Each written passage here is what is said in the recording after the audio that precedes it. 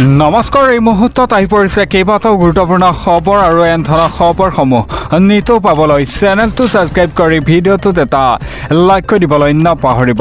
তেন্তে বলক দেৰি নকৰি খবৰকেইটা আৰম্ভ কৰোঁ। দৰ্শকসকল, আজি সন্ধিয়াৰ প্ৰথমটো খবৰ।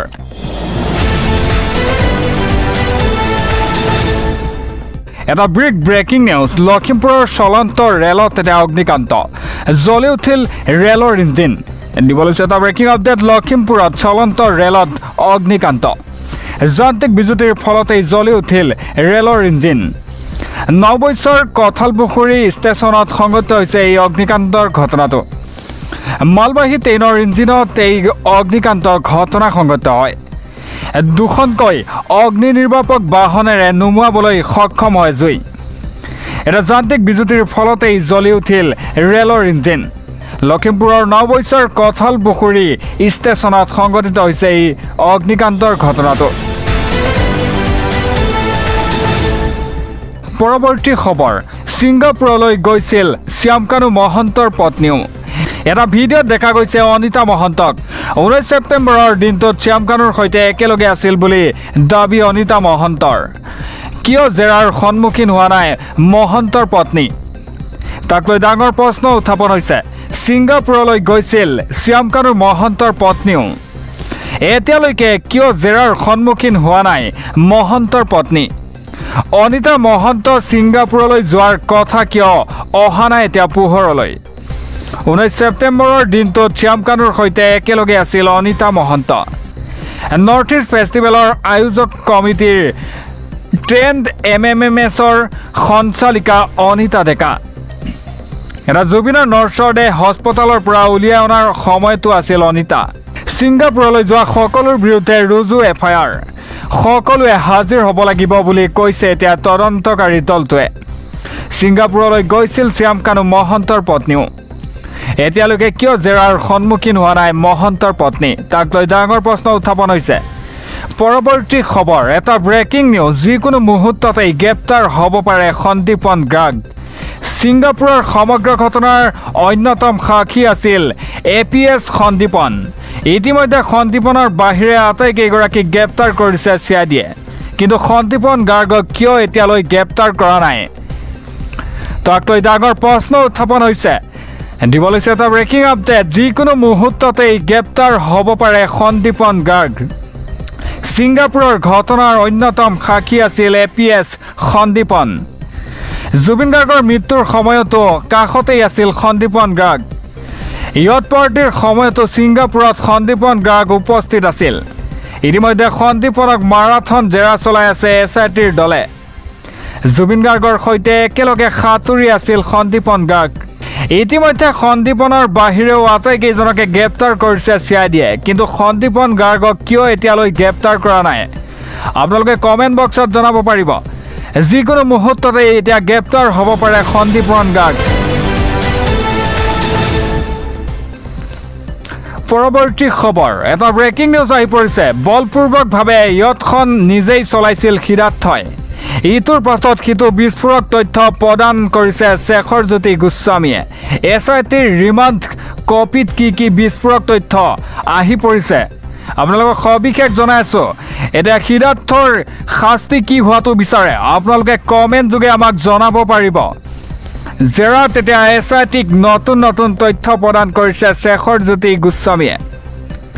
ইয়তখন নিজেই বলপূৰ্বকভাৱে চলাইছিল সিদ্ধাৰ্থই। SITৰ ৰিমাণ্ড কপিত বিস্ফোৰক তথ্য আহি পৰিছে। সিদ্ধাৰ্থই নিজেই সুৰা যোগান ধৰিছিল জুবিনক। সিদ্ধাৰ্থ শৰ্মাই গুৰুত্ব নিদিয়াৰ অভিযোগো উত্থাপন হৈছে। কি আছে ৰিমাণ্ড কপিত? BNSৰ 175 ধাৰাত লিপিবদ্ধ শেখৰ গোস্বামীৰ সাক্ষ্য। জুবিনৰ মৃত্যুৰ স্বাভাৱিক দেখুৱাবলৈ ৰচিছিল ষড়যন্ত্ৰ।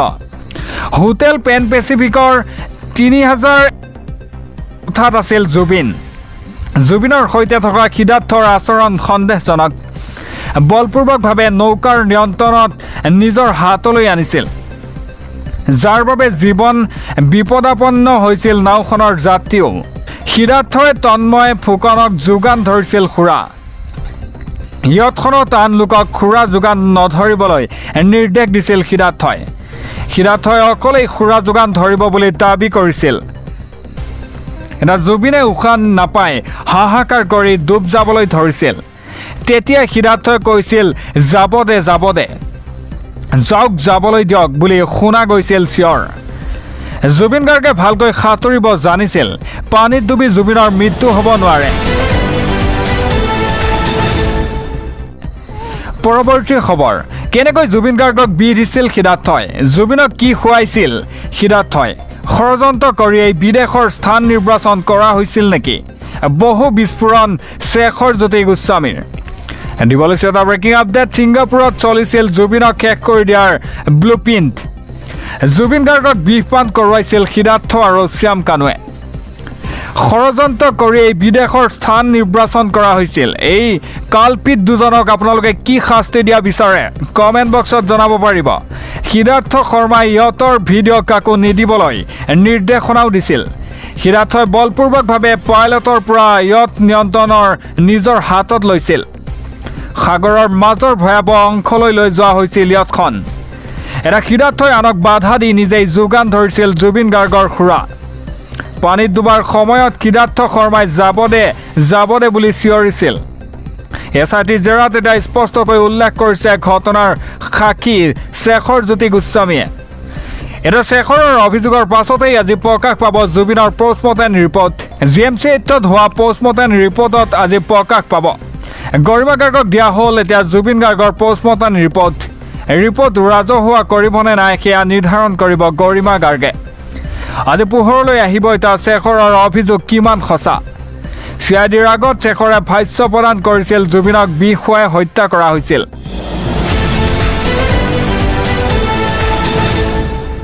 পৰৱৰ্তী খবৰ, এটা ব্ৰেকিং নিউজ আহি পৰিছে। নাকে মুখে ফেন ওলাই সাগৰৰ পাৰত পৰি গৈছিল জুবিন গাৰ্গ। অচেতন হৈ পৰি থকাৰ পাছতো গুৰুত্ব দিয়া নাছিল সিদ্ধাৰ্থই। CIDৰ জেৰাত ন বিস্ফোৰক তথ্য দিছে শেখৰজ্যোতি গোস্বামীয়ে। দিবলৈ এটা ব্ৰেকিং আপডেট, নাকে মুখে ফেন ওলাই সাগৰৰ পাৰত পৰি গৈ আছিল জুবিন গাৰ্গ। মুখেৰে ফেন ওলোৱাৰ পিছতো সিদ্ধাৰ্থই দিয়া নাছিল গুৰুত্ব। অচেতন হৈ পৰি থকাৰ পাছতো গুৰুত্ব দিয়া নাছিল জুবিন গাৰ্গক। ইহঁতৰ ভিডিঅ' প্ৰচাৰ নকৰিবলৈকো ভাবুকি দিছিল মেনেজাৰ সিদ্ধাৰ্থই। এটা পানীত ডুবাৰ সময়ত সিদ্ধাৰ্থই যাব দে বুলি চিঞৰিছিল। CID জেৰাত এতিয়া ন বিস্ফোৰক তথ্য দিছে শেখৰজ্যোতিয়ে। নাকে মুখে ফেন ওলাই সাগৰৰ পাৰত পৰি আছিল জুবিন গাৰ্গ। কিন্তু মুখেৰে ফেন ওলোৱাৰ পিছতো সিদ্ধাৰ্থই কিয় দিয়া নাছিল গুৰুত্ব? অচেতন হৈ পৰি থকাৰ পাছতো গুৰুত্ব দিয়া নাছিল জুবিন গাৰ্গক মেনেজাৰ সিদ্ধাৰ্থ শৰ্মাই। এটা CID জেৰাত ন বিস্ফোৰক তথ্য দিছে শেখৰজ্যোতি গোস্বামীয়ে। পৰৱৰ্তী খবৰ, জুবিনৰ ৰহস্যজনক ঘটনাৰ সন্দৰ্ভত এতিয়া উচ্চ ন্যায়ালয়ত আজি গঠন হ'ব ন্যায়িক আয়োগ। যিসকলৰ হাতত জুবিনৰ সন্দৰ্ভত তথ্য আছে ন্যায়িক আয়োগত দাখিল কৰিব পাৰিব শপতনামা।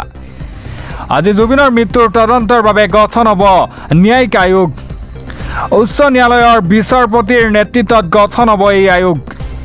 এটা বিচাৰপতি সুমিত্ৰ শইকীয়াৰ অধ্যক্ষতাত গঠন হ'ব বিশেষ আয়োগ। জুবিনৰ ঘটনাৰ সন্দৰ্ভত এতিয়া উচ্চ ন্যায়ালয়ত দাখিল কৰিব পাৰিব শপতনামা। সামাজিক মাধ্যমত তথ্য দাঙি ধৰাসকলক শপতনামা দাখিলৰ আহ্বান CMৰ। এটা ন্যায়িক আয়োগক গৈ সকলোৱে দাখিল কৰিব পাৰিব শপতনামা। আজি জুবিনৰ মৃত্যুৰ তদন্তৰ বাবে গঠন হ'ব ন্যায়িক আয়োগ।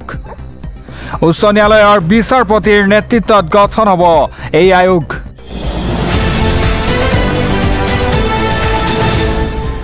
পৰৱৰ্তী খবৰ, জুবিন গাৰ্গক ন্যায় দিমেই বুলি মুখ্যমন্ত্ৰী ডক্টৰ হিমন্ত বিশ্ব শৰ্মাই চেলেঞ্জ দিয়ে।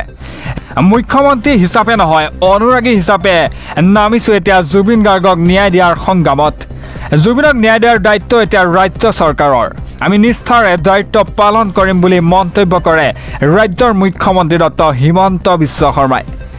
অসমীয়াৰ প্ৰাণৰ শিল্পী জুবিন গাৰ্গক ন্যায় দিমেই। জুবিনক ন্যায় দিয়াৰ দায়িত্ব এতিয়া ৰাজ্য চৰকাৰৰ। আমি নিষ্ঠাৰে পালন কৰিম, এনেদৰে মন্তব্য ৰাজ্যৰ মুখ্যমন্ত্ৰী ডক্টৰ হিমন্ত বিশ্ব শৰ্মাৰ। মুখ্যমন্ত্ৰী হিচাপে নহয় অনুৰাগী হিচাপে নামিছোঁ জুবিনক ন্যায় দিয়াৰ সংগ্ৰামত। জুবিন গাৰ্গৰ ন্যায় দিমেই বুলি মুখ্যমন্ত্ৰী ডক্টৰ হিমন্ত বিশ্ব শৰ্মাৰ চেলেঞ্জ।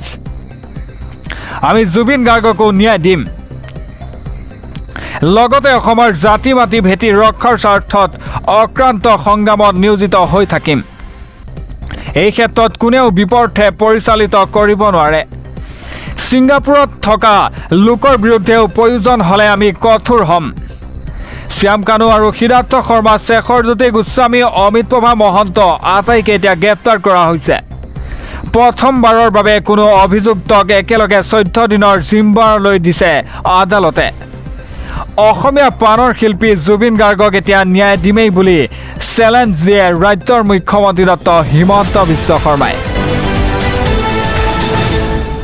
পৰৱৰ্তী খবৰ ৰাজ্যৰ লাখ লাখ মহিলাক ভাল খবৰ দিলে মুখ্যমন্ত্ৰীয়ে 7 অক্টোবৰত সোমাব এতিয়া অৰুণোদয় 3.0 ধন অৰুণোদয়ৰ লগতে ৰেচন কাৰ্ডক লৈ মুখ্যমন্ত্ৰীৰ ডাঙৰ ঘোষণা দিবলৈছে এটা ব্ৰেকিং আপডেট অৰুণোদয় আৰু ৰেচন কাৰ্ডক লৈ ৰাজ্যৰ মুখ্যমন্ত্ৰী ডক্টৰ হিমন্ত বিশ্ব শৰ্মাই কৰিলে ডাঙৰ ঘোষণা ৰাজ্যৰ লাখ লাখ মহিলাক এতিয়া ভাল খবৰ দিলে মুখ্যমন্ত্ৰীগৰাকীয়ে 7 অক্টোবৰত সোমাব অৰুণোদয় 3.0 ধন লাখ লাখ মহিলাৰ বাবে ধন মুকলাই দিব চৰকাৰে অৰুণোদয় হিতাধিকাৰীক ৰন্ধন গেছৰ বাবে দিব এতিয়া বিশেষ সাহায্য চিলিণ্ডাৰৰ বাবেও অতিৰিক্ত 250 টকা লাভ কৰিব এতিয়া হিতাধিকাৰীয়ে 1 নৱেম্বৰ পৰা ৰেচন কাৰ্ড থাকিলে পাব আন 3 বিধ সামগ্ৰী বিনামূলীয়া চাউলৰ লগতে কম মূল্যত পাব চেনি দাইল আৰু নিমখ মহিলাৰ উদ্যমিতা আঁচনিৰ ধন মুকলাই দিয়াৰ ঘোষণা কৰে মুখ্যমন্ত্ৰীগৰাকীয়ে অৰুণোদয় আৰু